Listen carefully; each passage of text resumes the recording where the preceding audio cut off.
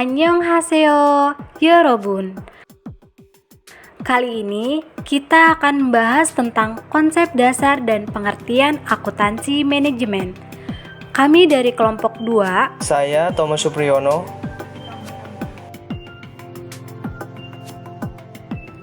Saya Kaulan Sadida.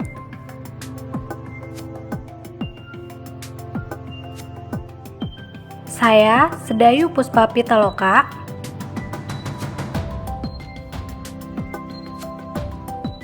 Saya Sinta Angelia.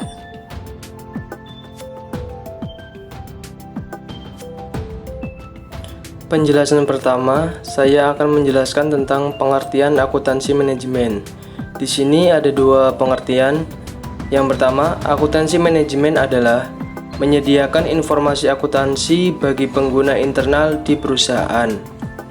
Penjelasan yang kedua, akuntansi manajemen adalah sistem akuntansi internal perusahaan dan dirancang untuk mendukung kebutuhan manajer akan informasi suatu perusahaan. Nah, selanjutnya manfaat dari akuntansi manajemen. Di sini saya menyebutkan dua manfaat dari akuntansi manajemen. Manfaat yang pertama, untuk menyajikan informasi bagi manajer sehingga mereka dapat membuat keputusan yang lebih baik dan menciptakan nilai bagi perusahaan. Manfaat yang kedua, informasi tersebut menolong manajer dalam memberikan informasi mengenai dampak dari beberapa keputusan operasi dan strategi dalam ukuran kinerja non-keuangan dan pengaruhnya terhadap kinerja keuangan perusahaan. Berikutnya, tujuan dari akuntansi manajemen, yaitu terdiri dari yang pertama ada perencanaan, yang kedua ada pengendalian, dan yang ketiga ada pengambilan keputusan. Berikutnya, ada perbandingan antara akuntansi manajemen dan akuntansi keuangan. Pada akuntansi manajemen, yang pertama fokus pada internal, sedangkan di akuntansi keuangan fokus pada eksternal. Yang kedua, pada akuntansi manajemen tidak ada aturan yang mengikat, sedangkan di akuntansi keuangan harus mengikuti aturan yang ada. Yang ketiga, pada akuntansi manajemen, informasi keuangan dan non-keuangan bersifat subjektif, sedangkan di akuntansi keuangan, informasi keuangan bersifat objektif. Yang keempat, pada akuntansi manajemen, penekanan pada masa depan, sedangkan di akuntansi keuangan, orientasi historis. Yang kelima, pada akuntansi manajemen, evaluasi dan keputusan internal berdasarkan informasi yang terperinci, sedangkan di akuntansi keuangan, informasi tentang perusahaan secara keseluruhan. Yang keenam, pada akuntansi manajemen, lebih luas berbagai disiplin ilmu, sedangkan di akuntansi keuangan lebih mandiri. Selanjutnya, tema baru dalam akuntansi manajemen. Di antaranya ada yang pertama, metode activity based cost system. Yang kedua, orientasi pelanggan. Ketiga, perspektif lintas fungsi. Keempat, ada total quality management. Yang kelima, waktu sebagai elemen bersaing. Oke, untuk yang pertama yaitu Activity Based Cost System atau ABC System. Apa sih ABC System itu? ABC System adalah metode pembebanan biaya yang menelusuri biaya ke aktivitas, kemudian ke produk. Nah, ABC System ini mempunyai dua anggapan penting yang mendasari ABC System. Yang pertama, itu aktivitas menyebabkan timbulnya biaya. Lalu yang kedua, produk menyebabkan timbulnya permintaan atas aktivitas. ABC System ini meningkatkan keakuratan perhitungan biaya dengan menekankan pada biaya daripada banyaknya aktivitas atau tugas yang harus dilakukan untuk memproduksi sebuah produk atau menawarkan sebuah jasa. Untuk yang kedua, yaitu ada orientasi pelanggan. Yang pertama ada posisi strategis, yang dimana posisi strategis ini ada dua, yaitu yang pertama kepemimpinan biaya, lalu yang kedua ada produk superior melalui diferensiasi. Nah, untuk yang selanjutnya ada rantai nilai.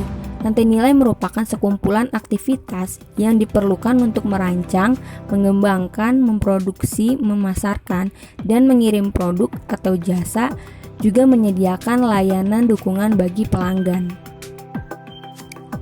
Oke, untuk yang selanjutnya, what is a value chain? Jadi apa sih sebenarnya value chain itu? Terdiri dari apa saja value chain itu, atau bagaimana value chain itu? Oke, di sini saya akan menggambarkan secara singkat. Apa sih sebenarnya value chain itu?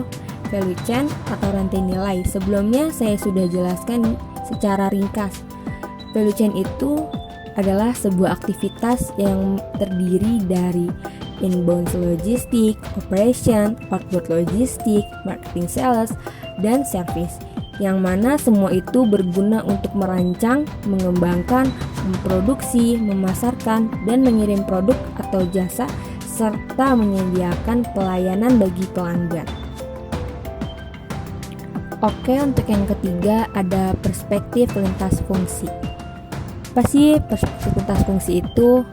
Yaitu ketika pendekatan rantai nilai digunakan dan nilai pelanggan diutamakan, maka perusahaan akan melibatkan banyak pihak. Berbagai fungsi ikut dilibatkan sehingga koordinasi lintas fungsi sangat dibutuhkan untuk mendukung manajemen dalam proses pengambilan keputusan. Selanjutnya untuk tema baru dalam akuntansi manajemen yang keempat, yaitu Total Quality Management. Apa sih Total Quality Management itu? Nah, Total Quality Management adalah suatu sistem manajemen kualitas yang berfokus kepada pelanggan. Tujuannya untuk meningkatkan kualitas dan mengidentifikasi ukuran kualitas terbaik sesuai dengan harapan pelanggan dalam hal layanan, produk, dan pengalaman pelanggan. Dan apa saja sih aktivitas yang dilakukan di dalam Total Quality Management agar bisa meningkatkan kualitas yang berfokus kepada pelanggan, yaitu training, process thinking, customer satisfaction, lalu total employment commitment, teamwork and quality chain, strategies and systematic approach, integrated system, decision based effect, kemudian continuous improvement, dan yang terakhir ada effective communication.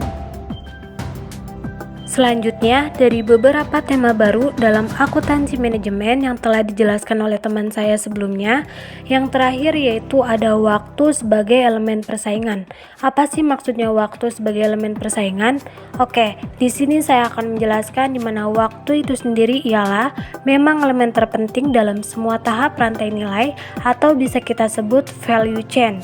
Karena perusahaan-perusahaan sekelas dunia saja rela mengurangi waktu yang dibutuhkan untuk mencapai pasar dengan cepat dengan cara memperpendek siklus desain, implementasi, dan produksi sehingga perusahaan-perusahaan ini mampu mengirim produk atau jasanya dengan cepat melalui pengurangan waktu yang tidak dibutuhkan, yaitu waktu yang tidak bernilai bagi pelanggan.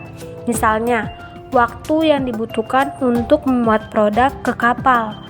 Tujuan dari keseluruhannya yaitu hanya satu, untuk meningkatkan respon terhadap pelanggan. Sebagaimana dari sini kita bisa lihat bahwasannya memang sebegitu penting waktu sebagai elemen persaingan. Slide selanjutnya ada standar perilaku etis akuntansi manajemen. Sebelum ke pokok intinya, di sini saya mau nanya, kalian tahu nggak sih apa gunanya standar perilaku etis itu sendiri dalam akuntansi manajemen?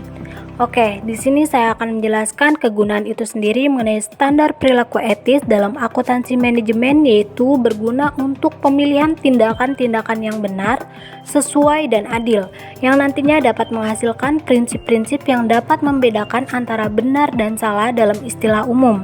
Adapun pokok inti standar perilaku etis dalam akuntansi manajemen, di antaranya ada 4, yaitu yang pertama ada kompetensi, yang kedua ada kerahasiaan, yang ketiga ada integritas, dan yang keempat ada kredibilitas. Slide selanjutnya ada konsep dasar akuntansi, yang mana terdiri dari yang pertama ada pembebanan biaya, yang berguna untuk menunjukkan bagaimana suatu biaya dibebankan pada suatu produk. Yang kedua ada biaya produk dan jasa. Dan yang terakhir ada penyusunan laporan laba rugi, yang mana menunjukkan bagaimana biaya-biaya tersebut disajikan dalam laporan keuangan dan konsep sistem akuntansi manajemen. Slide selanjutnya di sini kita akan bahas tentang biaya, atau dalam bahasa Inggrisnya kita bisa sebut cost, di mana di dalamnya kita akan membahas apa itu biaya dan apa saja jenis-jenis biaya. Oke, kita bahas satu persatu terlebih dahulu. Yang pertama, biaya atau cost adalah sejumlah pengorbanan sumber daya ekonomi untuk melakukan suatu kegiatan yang diharapkan akan menghasilkan manfaat ekonomi atau pendapatan di masa yang akan datang. Misalnya, jika sejumlah kas yang dikeluarkan untuk membeli bahan baku, maka akan menjadi biaya bahan baku tersebut. Demikian juga upah tenaga kerja yang dibayarkan dan overhead pabrik yang digunakan untuk memproduksi produk jadi, maka biayanya akan menjadi biaya produk jadi tersebut. Karena sebelum terjual, produk jadi tersebut merupakan aktiva yang disajikan di neraca sebesar biayanya. Jika produk jadi tersebut terjual, maka biaya yang melekat padanya akan disajikan sebagai beban di laporan laba rugi. Slide selanjutnya, apa saja sih jenis-jenis biaya? Oke, di sini kita akan bahas satu persatu. Adapun jenis-jenis biaya berdasarkan pengelompokannya. Yang pertama ada biaya berdasarkan hubungannya, yang mana terdiri dari biaya langsung atau direct cost dan biaya tidak langsung atau indirect cost. Yang kedua ada biaya berdasarkan hubungan dengan perubahan volumenya, yang mana terdiri dari biaya tetap atau fixed cost dan biaya variabel atau variable cost. Yang ketiga ada biaya berdasarkan hubungan dengan keputusan manajemennya, yang mana terdiri dari biaya marginal, biaya incremental, biaya kesempatan atau opportunity cost, dan biaya terpendam atau sunk cost. Materi selanjutnya, biaya produksi. Tahukah kalian apa yang disebut dengan biaya produksi? Biaya produksi merupakan biaya-biaya yang terjadi untuk mengolah bahan baku menjadi produk jadi yang siap untuk dijual. Elemen-elemen utama dari biaya produksi terdapat 3 elemen. Antara lain, yang pertama, biaya bahan baku atau direct material cost merupakan beban secara langsung digunakan dalam produksi untuk mewujudkan suatu macam produk jadi yang siap untuk digunakan.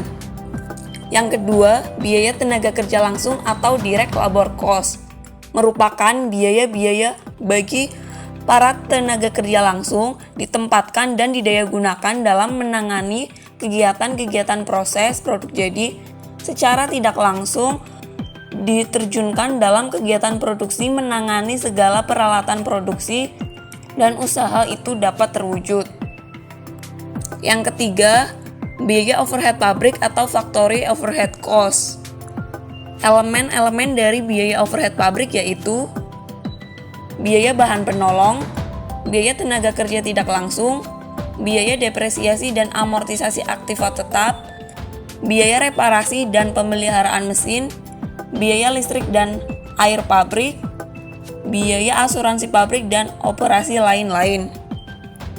Selanjutnya, proses produksi. Proses produksi dibedakan menjadi 2. Yang pertama, produksi atas dasar pesanan. Perusahaan yang memproduksi berdasarkan pesanan melaksanakan pengolahan produknya atas dasar pesanan yang diterima dari pihak luar. Perusahaan mengumpulkan biaya produksi dengan menggunakan harga pokok pesanan atau job order cost method. Yang kedua, produksi massa. Perusahaan yang berproduksi berdasarkan produksi massa melaksanakan pengolahan produknya untuk memenuhi persediaan di gudang yang umumnya produknya berupa standar. Perusahaan mengumpulkan biaya produksinya dengan menggunakan metode harga pokok proses. Dalam metode ini, biaya produksi dikumpulkan untuk periode tertentu dan harga pokok produk yang dihasilkan dalam periode tersebut dihitung dengan cara membagi total biaya produksi dan jumlah satuan pendek yang dihasilkan dalam periode yang bersangkutan. Selanjutnya, penyusunan laporan laba rugi. Yang pertama, laporan laba rugi perusahaan manufaktur. Perusahaan ini memperoleh produk yang dibuat dari bahan mentah menjadi bahan baku atau bahan jadi. untuk diolah sedemikian rupa menjadi produk dan nilai jual yang lebih tinggi dari bahan baku. Yang kedua, laporan laba rugi perusahaan dagang. Untuk laporan laba rugi perusahaan dagang, perusahaan ini memperoleh produk persediaan dari supplier dalam bentuk bahan jadi untuk dijual kembali. Yang ketiga, laporan laba rugi perusahaan jasa. Laporan laba rugi perusahaan jasa, produk dalam perusahaan ini terlihat berupa hasil jasa, sehingga dalam pencatatan akuntansi, mereka hanya akan terlihat pada bagian persediaan dan pembelian saja. Selanjutnya, Functional Based Management atau FBM. Dari diagram yang sudah tertera, di situ terdapat resources atau sumber daya. Kemudian operational view atau tinjauan operasional, yang dimana terdapat efisiensi analisis atau analisis efisiensi, kemudian function atau fungsi, kemudian performance analysis atau analisis kerja, dan yang terakhir produk atau produk. Sekian dan terima kasih sudah menonton video kami. Semoga bermanfaat untuk kalian semua.